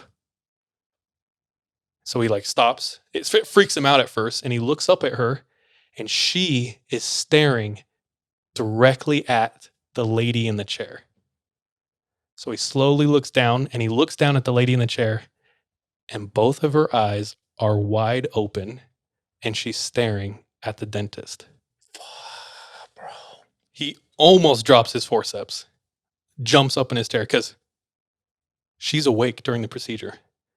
That's bad for a million reasons. She could start flailing, she could be feeling immense amount of pain. So they're freaking out. He's like, holy crap. He starts looking to make sure the anesthesia is still on, and it is. It's pumping super heavily into her. The assistant across the way, newer assistant, she starts hyperventilating and breathing. And the lady in the chair staring at the dentist slowly looks over at the the assistant. And so he's checking the anesthesia and he hears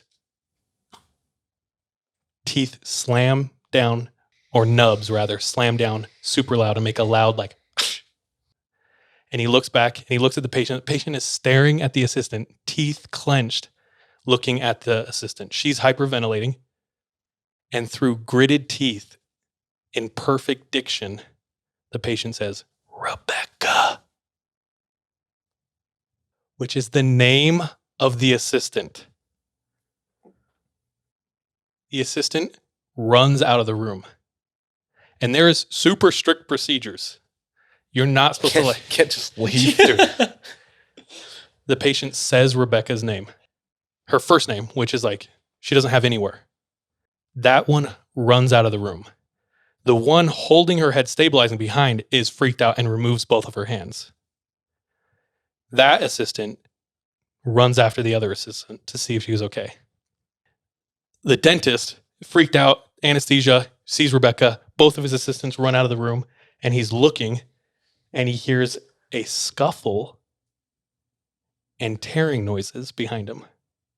And he turns to see the patient had grabbed a scalpel and started removing her own teeth.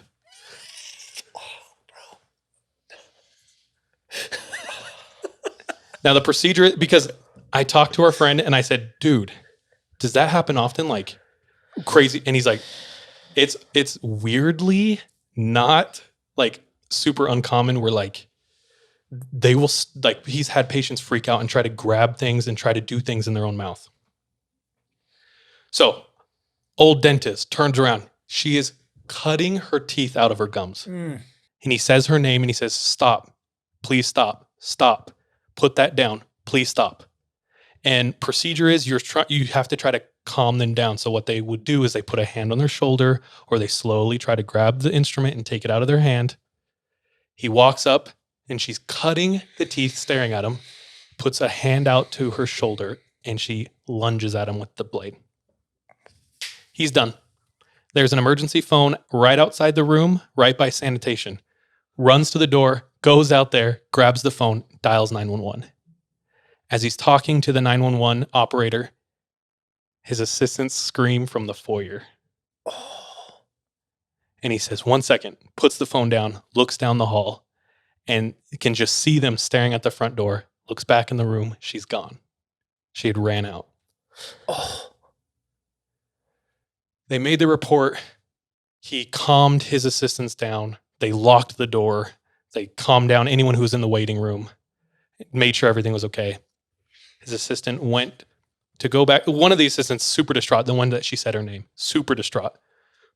So he said, okay, you can go back to the office. Like, stop. The other assistant. She left before the crazy part, too.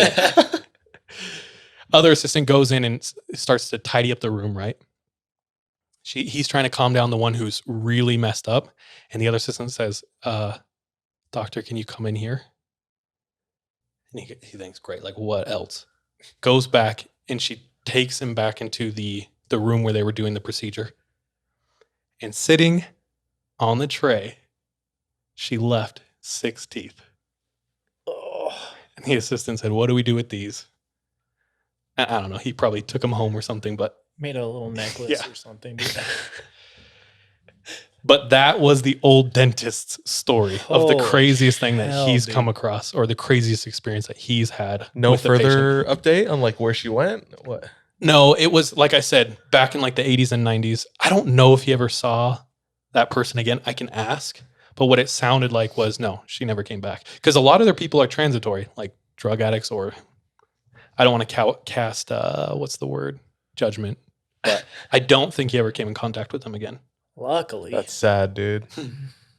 Bro, that's sketch. And that's the story of the extraction. Oh, my heart. My mouth. My mouth was hurting that whole time. I was like, man, am I grinding my teeth? Like, what's going on? Yeah, take care of your teeth, dude. Brush and floss every day. It actually reminded me of a story that happened to me. When I was like 14, I went to go and get a cavity filled in my mouth.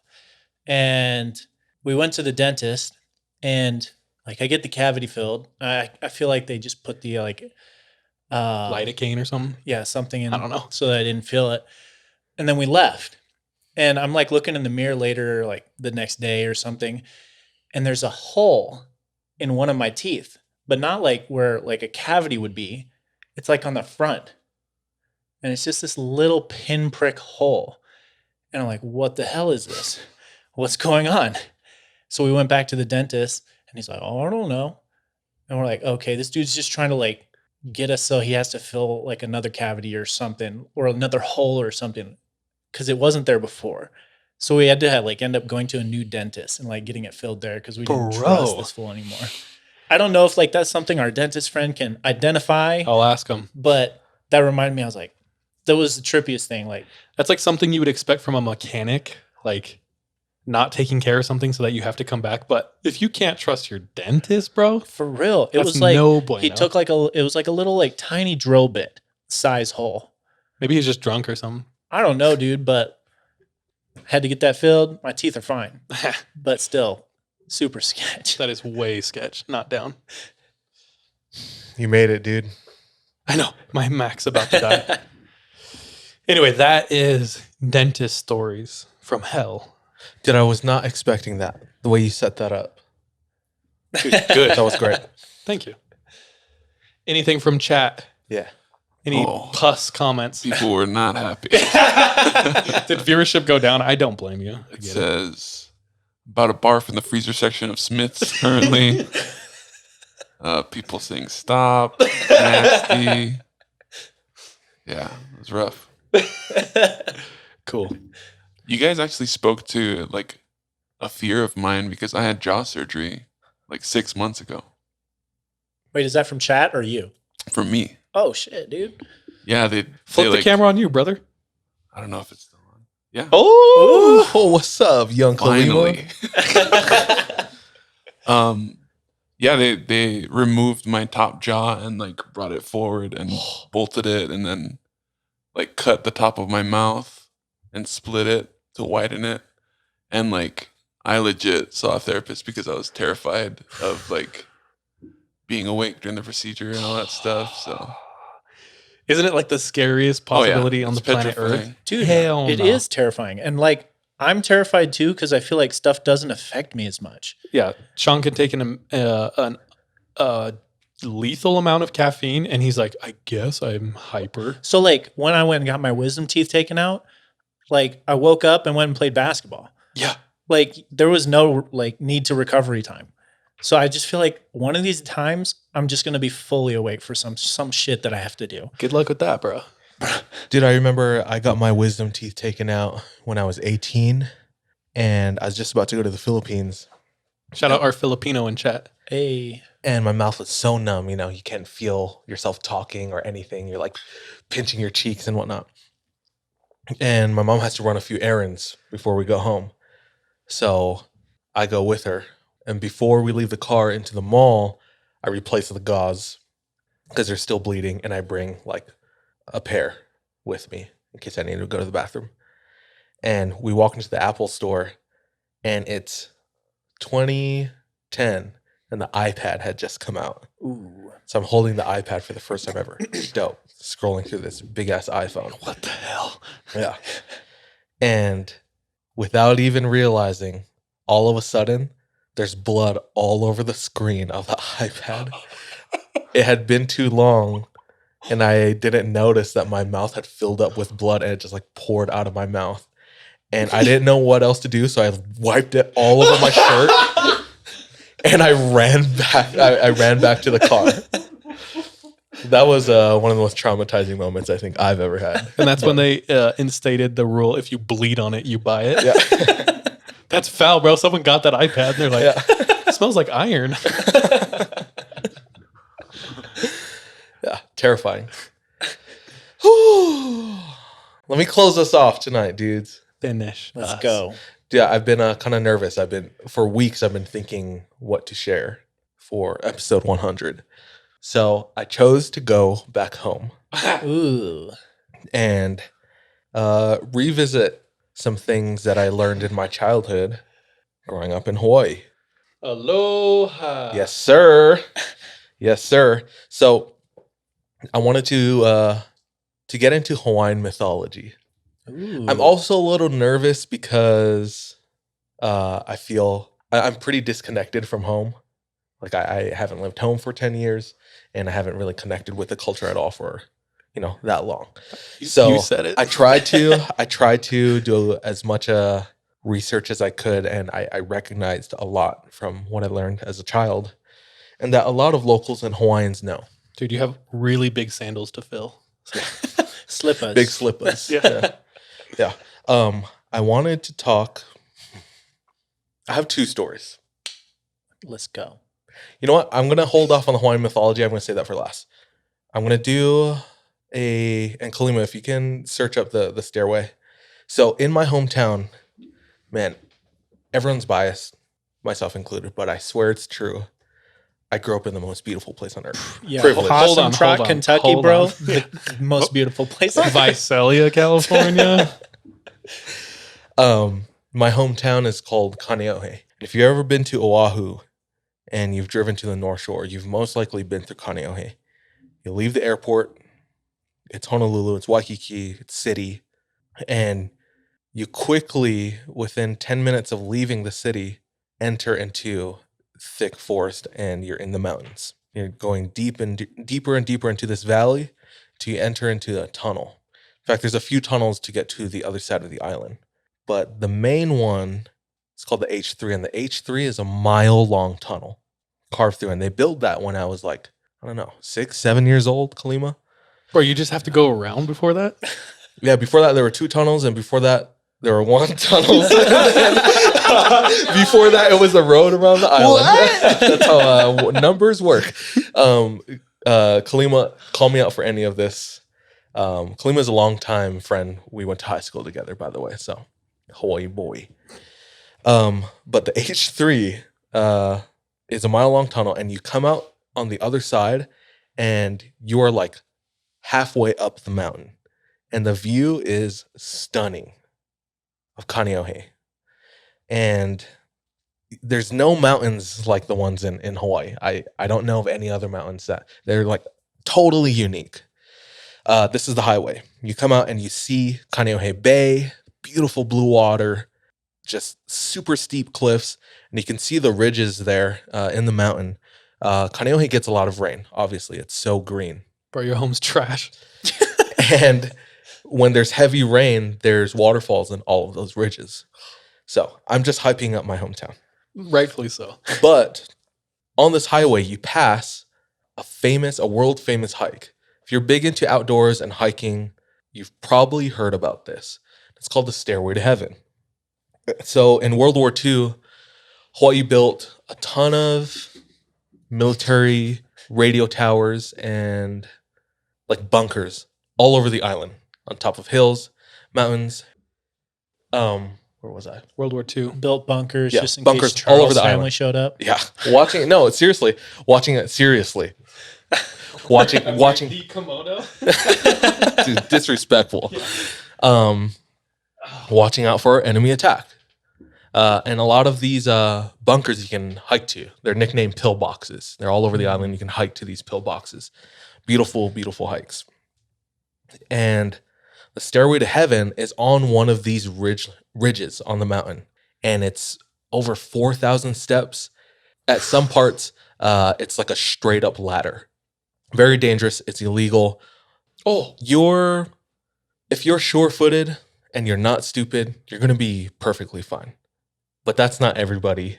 And people, especially tourists, when they're having fun, you're on vacation, you're not thinking, A little what the heck? fearless. A little fearless. Your courage is built up. Your friends are there. And people like to go explore outside of the railing. And that's when people die. I've also heard, we've had friends who done it. I'll just say, my wife's done it. She said the gusts of wind, all of a sudden you'll just be on, and it's like, and it's like someone just pushed. So she had to go on all fours basically to not get blown off the side of this mountain. Yeah. This hike is because so many people have died, and it's over the years has the structural integrity has lessened, Right. just due to the weather and time. So they don't really send anybody to go. Like the government doesn't fix it. The radio towers at the top aren't in use anymore. They're not needed. So it's up in the air if they should keep it or fix it. Anyway, the hike exists. They have security guards at the bottom stopping you, but there are ways to do this hike. In 2015, February 27th, I believe 17-year-old boy by the name of Dalen Pua flew over from one of the outer islands to Oahu to the west coast to stay with his grandma. Hanging out with his grandma, and while he's there, he says, I want to go on a hike. I want to go on the Stairway to Heaven. It's a big hike. Like I said, anyone who hikes knows about this hike. So he says, I want to go to the Stairway to Heaven. And grandma says, no, emphatically. She says, no, you're not going to the Stairway to Heaven. It's dangerous. You're all by yourself. And then she starts getting into more like spiritual things, like your ancestors wouldn't want you to come or wouldn't want you to go, and you don't know what's up there. So against his grandmother's wishes, he disappears and he starts his ascent up the Stairway to Heaven. He sends pictures to his family to let them know he's okay. Yeah. And this hike takes a while. It took me like 8 hours round trip. So he's sending them on the hour, and another hour passes and they don't receive a picture. So they're waiting. Some more time passes. No picture. So they decide to text him. Hey, are you okay? They wait. Nothing. They call. There's no signal. Now they're worried. Finally, the phone rings, and what they receive is another picture. And sadly, this is the last picture that Dalen Pua ever sent. It's the last time they ever heard from him. Really sad. But what concerned people most was what was in the picture. It's just a single pic. So this is the part where there's no stairs. It's a little bit of a trail. Okay, can we like zoom in at all, or Mm-hmm. oh, what are we looking at? What's going on here? I still can't. Can we get some more pixels? Tell me what I'm supposed to see. Is that oh? Is that the head up top? It seems to be a head up top, a man crouching down in the bushes. Oh, I see it. Okay. I see it. Oh, I was going to go up there and point. But you can see like his eyebrow, his hairline, his ear. Yeah. And he's like...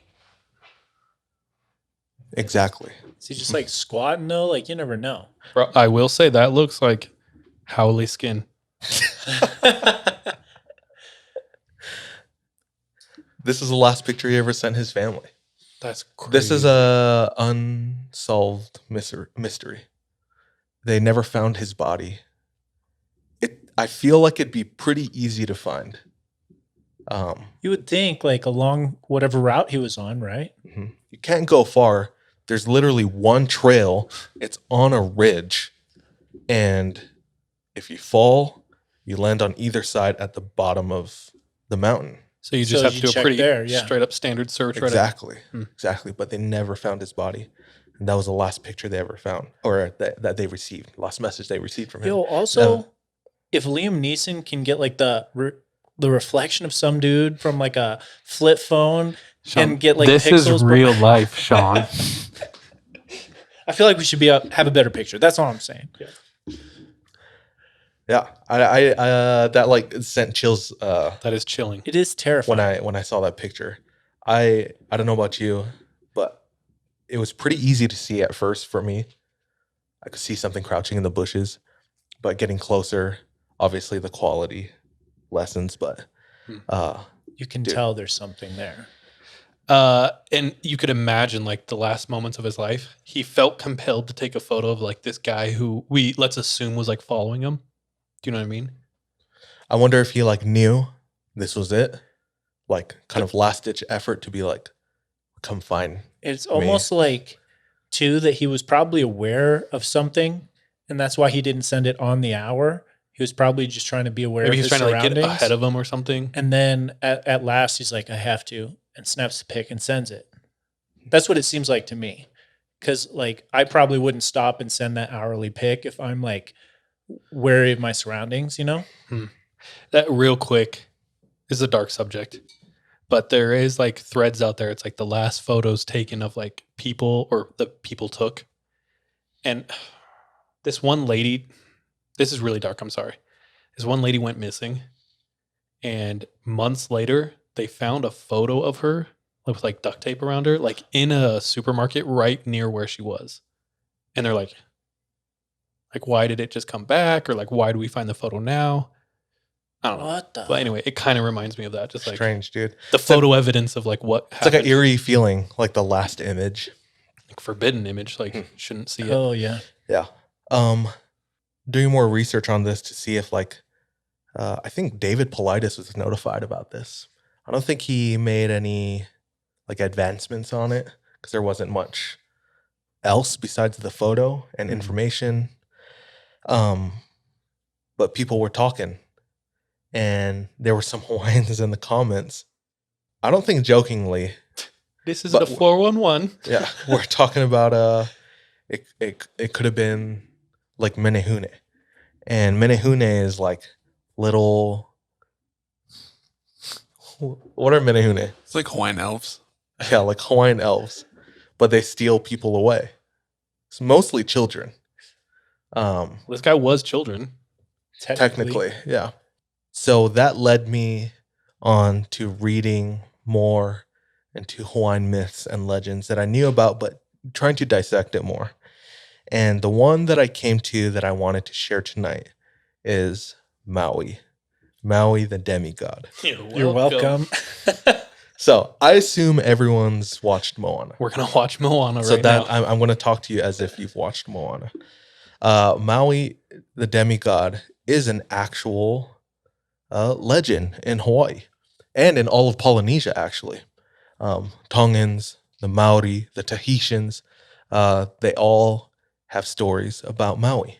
And if you read into Polynesian folklore, legends, mythology, there is a distinguishable difference between myth and legend.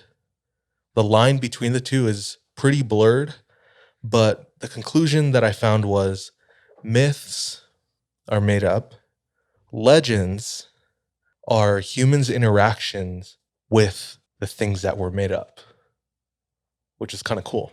Cool way to put it. Every like thing has like that basis in truth or whatever. Yeah. Okay. Yeah. So a lot of Polynesian religions, especially Hawaiian, were polytheistic. Lots of different gods, similar to Greek and Norse mythology. Different gods for different purposes. And it's funny because like we learn about a lot of these. We watch them on the big screen, like Hercules, but you look like you watch the movie and Hercules was a good guy. You know, you watch Maui and he's known as a trickster. And in the movie Moana, he's playing all these jokes.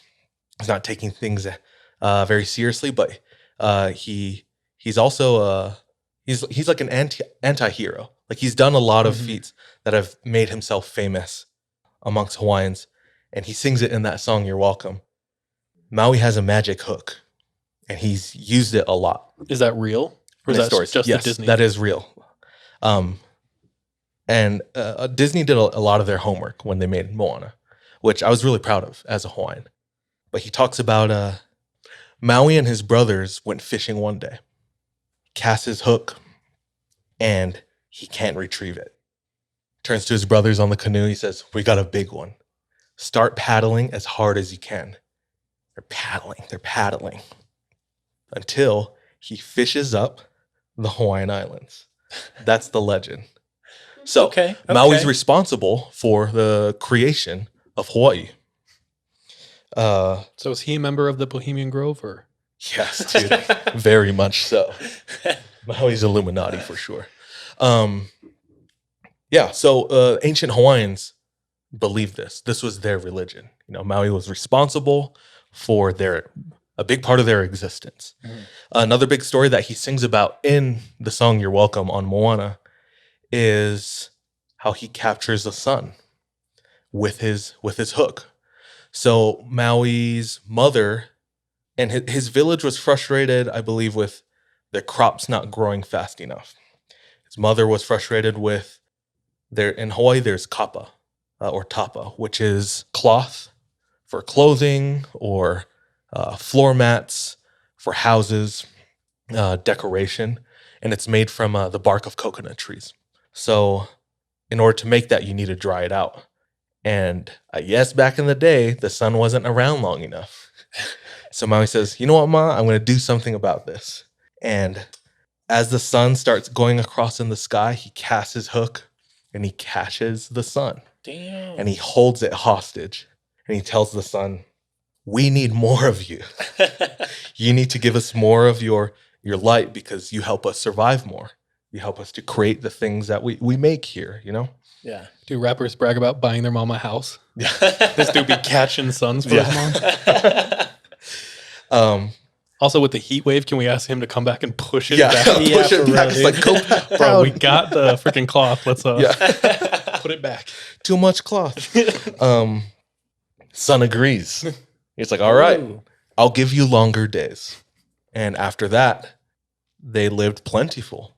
Their crops grew more. Their bark dried.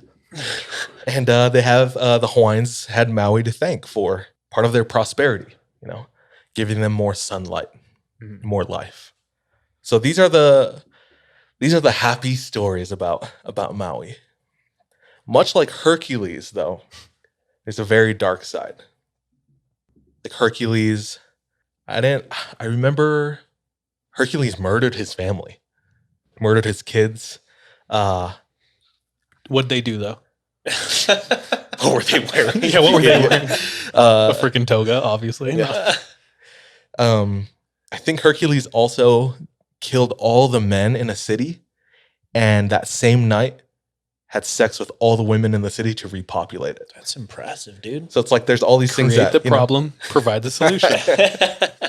Alpha Omega. Zeta Pi. Obviously, all these things Disney omits for obvious reasons. And Deleted scenes of Disney. there are dark sides to Maui the demigod and his story, his legend, his myth. So His skin. I wanted to share some of that. First of all, Maui's magical hook.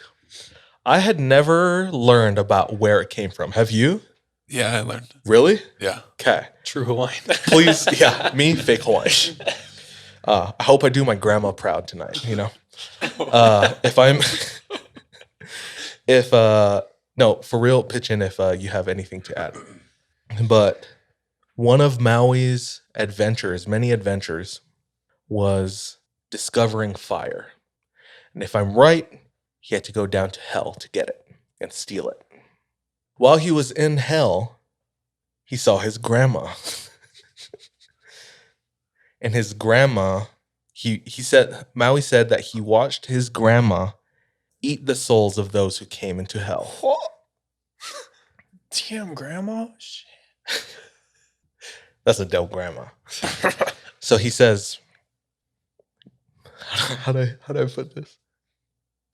Maui is amazed by Turned on. Aroused. his grandma's abilities. And She can just take those spirits. She's You're dumb. taking those spirits. he says, "Give me your jawbone." She refuses. He somehow convinces her.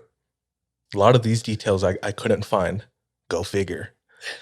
And Maui's grandmother gives him her jawbone. And that jawbone becomes his hook. So he coerced his family to give him this magical item. Is that on track? Yeah. With what you've heard? Okay, Yeah. Cool, good. I had never heard that. I didn't know where the hook came from. So that like fascinated me, that he saw his grandma eating souls. He's like, I need that. Yeah, he's like, what that mouth, dude? Yeah. And from there, he uses the hook, I guess, for good. What is it? The method? Sorry. Grapefruit. I hate you. Dude. Pineapple? Do not. Gosh. Pineapple. Got pineapple method. We're not talking Shout out about my that. deviants. They're all Coming out there. left. Okay, we're not going Cheers, there. The best story about like the dark side of Maui is how he died. So he is a demigod, so death is on the table. Maui wanted, with good intentions, wanted to bless men with immortality. So who does he go to for that? Who does he go to for, or what do you do to give men immortality? Kill death. Yes. Oh, okay. So the name is Hinenui Te Po. So Hinenui Te Po is Great Woman of the Night, or the Goddess of Death. Hinenui Te Po would send people on their way to heaven or hell. He said, this person is responsible for making men mortal. I need to get rid of her. He comes up with a plan to kill her. He says, I'm going to go in the middle of the night. He's telling his brothers, and they come with him, and they watch him attempt to murder her. In the movie Moana, they made Maui a shapeshifter, which is also correct. Do you remember what he turns into? What animal? Like part shark, dude. Not quite. A bird. Yeah, a hawk. Part shark. You just made that up. No, it Oh, happened in the did movie. He's like I half guess shark. I haven't seen it. Really? Yeah. Okay. Well, he turns But into a it's when shark. the hook was like half broken.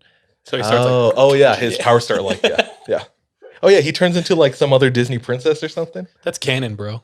Yeah, dude. Dude, yeah, if it's Disney, it's Yeah, they canon. really did their research. No, okay, so he shapeshifts, and in Hawaiian mythology and legend, he takes on a lot of forms, but one of the main ones is the hawk. What do you think he turns into to try to murder the goddess of death. Jellyfish. Dude, you're not super far off. That whatever crab thing from Moana, bro. Dude, homeboy turns into a worm. What the? And there's two versions that is written. The first one is Maui turns into a worm. He enters into the cave, and the cave crushes him with obsidian teeth. Oh.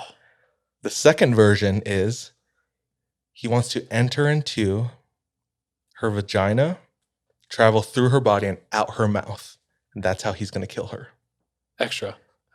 And there's carvings of this. And that's Maui. Not what I And we just got Get- taken off YouTube. expect to be happening in that photo. Bro, he but- don't look worm-like. This is Maui. How do we put it? Enter. Getting the big dead. Okay, That's how so it's said. Maui got caught cheating, and this is the story he told his wife. I was trying to save all mankind. I'm giving men immortality is what he said. Stop blocking men. Yeah. In the story, Okay, switch it He's- back to us. he's like his plan is moving along and it's happening until his brothers from the bushes watching start laughing and they awake Hine Nui Te Po. She wakes up, she sees what's going on and crushes Maui. Dude, what kind of thought don't wake up the second he starts? Sorry, goddess of death. So Maui died by clapping thighs. But Like a true legend. Snoo snoo. snoo, death by snoo snoo. I thought it was fascinating. I thought the hook and the jawbone was so unique. Bro, And, I feel like the Maoris have like a mad similar, because I did research on the Maoris for like a story I did a long time ago. And I remember someone trying to enter into the woman and then she wakes up and kills him. Yeah, no, a lot of these stories are shared by all Polynesians, not just the Hawaiians. Makes sense. So yeah, like I said in the beginning and preface, Maui is known by all Polynesian cultures. He was a demigod for all Polynesians. On the bottom of Maori weapons, the bottom is a vagina. Mhm. And it's to remind you, like, this is where you came from. It's going to take you out. Some Yeah. shit like that. I don't Yeah, and I'm not trying to be crass or know. vulgar. Yeah, sorry. Like Polynesian culture was like extremely sex positive. Like there are legends of one of the goddesses, and I mean we laughed as kids when we heard this, but one of the goddesses has a flying vagina. She like detaches her vagina and it like chases men. And if you've ever been to Hawaii and you've hiked Coco Head, then you've hiked into the vagina. That's the whole legend of it. And the Hawaiians believed that, you know? So They're not just prude asses like Western culture. they were very sex positive, all about fertility and family. Ohana. And that's what we're coming down to, dude. Ohana. That's what Vin it's all Diesel, about. Hawaiian Vin Diesel. dude? I don't have friends. I have Ohana. Bro, that was good. That was actually funny. I like that, dude. I like that one. That's me tonight. Hey. I wanted to share a little bit of my culture Aloha, for episode goodbye. 100. Aloha, goodbye. Dude, I dig that. That one of the photo, that's creepy. I love stories like that, even though they're really sad. They're infuriating too because we don't know. Yeah, but so creepy. Like he managed to catch potentially what took him out. Yeah. So creepy. And it was sent later. I don't know. It's just the whole scenario. Sus. But always love hearing about the Hawaiian culture as well. Oh. Thank you. It's a You good did your time. grandma proud. Wow, thank you. She should give you her jawbone. That was fun. That was fun. We hope everybody had fun. How's chat doing? Yeah. Chat's good. Yeah. They ate. The most recent is can't wait to see this in Moana 2. The sequel. The slither. Yeah. Thick thighs got him in the end. Yeah. Tafiti's revenge, bro. Tafiti's revenge. Cool. Guys, this was way fun. We're not sure how often we're going to do this. If you guys enjoyed it, please let us know. Yeah. And maybe we can make it like a once a month thing. I don't know. Who knows? Yeah. Or a special ting. yeah, this was totally new for us, for you. So I don't know. I feel like it went like pretty well. So Do you want to do a poll? yeah, Sure.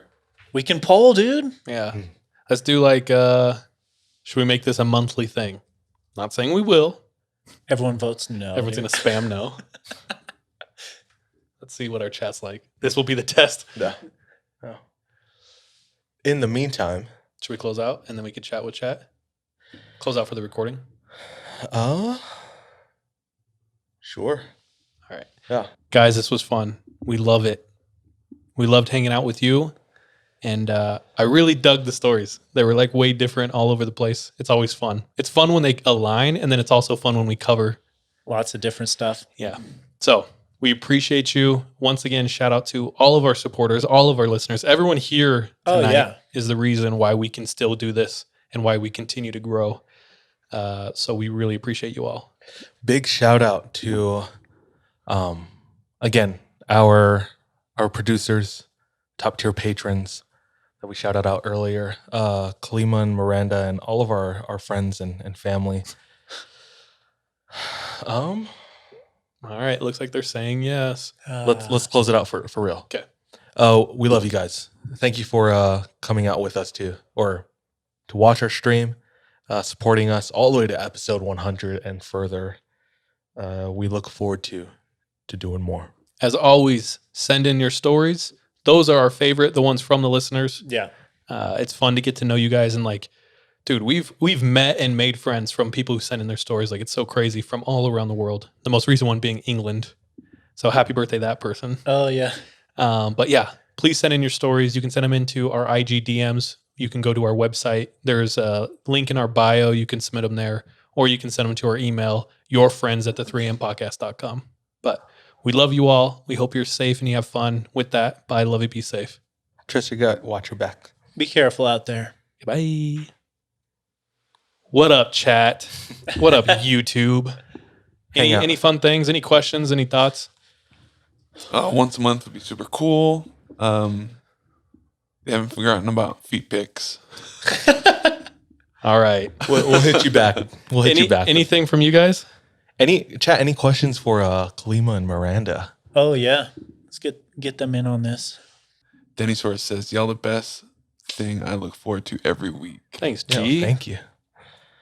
Any stats we want to go over? Yeah, we're averaging 20,000 downloads a month. Countries all over the world. Ton of active listeners. So it's cool. The YouTube is growing. I don't know. Anything else? Those are like our big milestones lately, is the 20,000 downloads a month. What's next? What can people expect? What's on the radar? I think for real, merch. Yeah, we'll do another, like the As in we get- official. As we get Yeah. closer to fall, winter, merch and merch that kind of fit the season. So We're trying to figure out a live show. It would be in Utah, though. Yeah. So all of our Utah listeners can come out. And if you want to travel, go for it. we've thought about doing a live show at a venue, and we've thought about meeting in the woods. Is that weird? You want to do a poll? Poll. Should we do a live? Because there's like venues in Utah that we could do. There's There's amphitheaters in the mountains. Yeah. So Big Cottonwood has one. It's pretty dope. why are you also hush about it? I don't know. I don't want people to know. All right. DJ, whatever happened to that Reddit person you were in contact with? There was one. Yeah, Which I one? was in talks with them, and then they just stopped responding. If we're talking about They're dead. the person who had like, The occult. was Oh, in the yeah. occult. Yeah, I was talking with him I a couple remember. times, and he just stopped responding. I reached out to him like 2 more times, and I was like, Dang. I don't want to press him further than I already did. Huh. Unfortunately, happens a lot. Yeah. Like people just stop responding or whatever. Or just like loose ends, and we can't like Yeah. I know we always, like every episode, we're like, oh, we should look that up, and then never do. or we look it up and like there's no further information, or I don't know. What can we expect for episode 200? Oh damn! If we make it, bro. Record from the moon, bro. I don't know. Dude, we have so many more miles. Oh, dude, we just hit 3,000 followers on IG, which is not big for big people, but it's big for us. Yeah. So thank you, everyone who follows us on IG. If you know someone who doesn't, steal their phone, go follow us, give us a like. Yeah. We appreciate it. Yeah, come and hang out on Discord too. All right, before we go, I feel really bad. Isaac sent all that money. He sent $3,000. Holy. So I gotta give the people what they want. All right. What a sellout, dude. The money really got to you. Kalima, you ready for that wide? Yeah. Okay. For Wow. all the viewers out there, left foot or right foot? Both. I have to get it to focus on me. Focus on me. Put your foot. Left foot? All right. This is dumb, dude. Here we go. Is everyone ready? Oh!